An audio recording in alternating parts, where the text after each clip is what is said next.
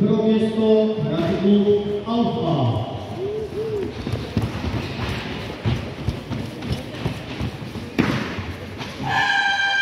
Nakon dečki neka nam postane dođu cure, kadeti i juniorsko ekipno.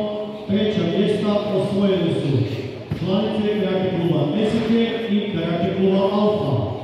Drugo mjesto Karate klub Slavonski Brod i prvo mjesto Karate klub Sljeme.